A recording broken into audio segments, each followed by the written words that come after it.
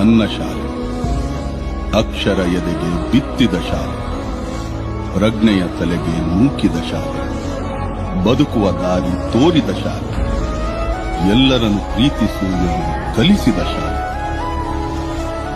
ತಾಯ್ನುಡಿ ದೇವನುಡಿ ಎಂದ ಶಾಲೆ.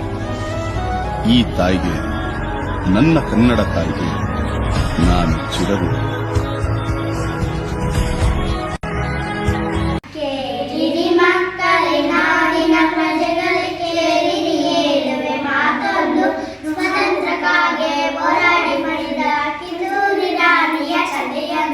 ಬೆಳಗಾಂ ಜಿಲ್ಲೆಯ ಕಾಕತೆಯಲ್ಲಿ ವೀರಪುತ್ರಿಯೋ ಜನಿಸಿಯಲು ದುಲಪ್ಪದೆ ಸಾಯಿ ಪದ್ಮಾವತಿಯ ಕುಲಪುತ್ರಿಯೇ ಚೆನ್ನಮ್ಮ. ನಮಸ್ತೆ, ನಾನು ಯಾರು ಗೊತ್ತಾ ನಿಮಗೆ? ನೋಡಿದ್ರಿ ನನ್ನ? ಸರಿ, ನನ್ನ ಹೆಸರೇನು?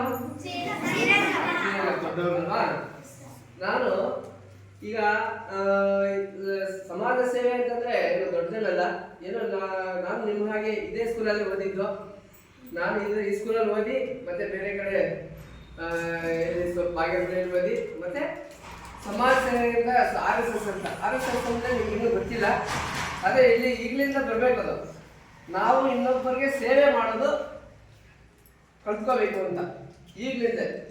ಸೇವೆ ಅಂತಂದ್ರೆ ದೊಡ್ಡದಾಗಿ ಮಾಡ್ಬೇಕಂತಿಲ್ಲ, ನಮ್ಮ ಕೈಯಲ್ಲಿ ಇರೋದು ಸೇವೆ ಮಾಡೋದನ್ನ ಕಲ್ತ್ಕೋಬೇಕು, ಆಯ್ತಾ? ಇದು ನಾವು ರಿಪಬ್ಲಿಕ್ ಡೇ ಗಣರಾಜ್ಯೋತ್ಸವ ದಿನವೇ ಮಾಡಬೇಕಾಗಿತ್ತು, ಆದರೆ ಕಾರಣಾಂತರಗಳಿಂದ ಇವತ್ತು ಮಾಡ್ತಾ ಇದ್ವಿ. ಅದು ಅನಿತಾ ಅಂತ ಹೇಳಿ ತಿಳ್ಕೊಳ್ತೀರಾ? ಸ್ವೀಕರಿಸ್ಬೇಕು ಎಲ್ಲರೂ.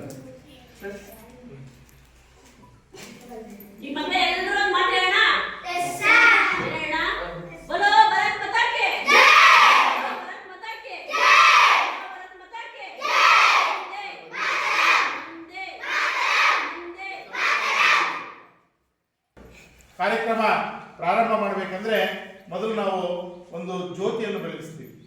ಆ ಜ್ಯೋತಿಯ ಸಂಕೇತ ಏನಪ್ಪ ಅಂದ್ರೆ ನಮ್ಮ ಎಲ್ಲ ಕಾರ್ಯಕ್ರಮಗಳು ಆ ಜ್ಯೋತಿ ಹೆಂಗೆ ಪ್ರಜ್ವಲಿಸುತ್ತದೆ ಆ ರೀತಿ ಉರಿಯಲಿ ನಮ್ಮ ಎಲ್ಲ ಕಾರ್ಯಕ್ರಮಗಳು.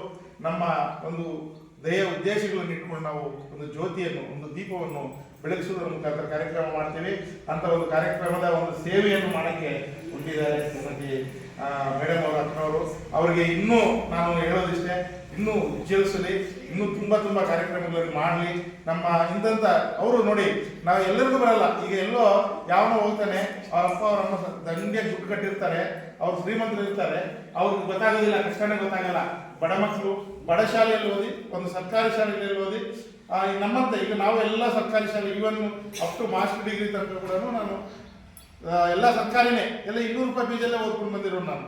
ಈವನ್ ಮಾಸ್ಟರ್ ಡಿಗ್ರಿ ಕೂಡ ನಾನು 200 ರೂಪಾಯಿ ಇದೆ ಅಂತ ಒಂದು ಇದರಲ್ಲಿ ಶ್ರೀಮತಿ ಅಕ್ಕನವರು ಕೂಡ ಆ ರೀತಿ ಓದ್ಕೊಂಡು ಬಂದಿದ್ದಾರೆ. ಅವರಿಗೆ ಈ ಸೇವೆ ಮಾಡಬೇಕು.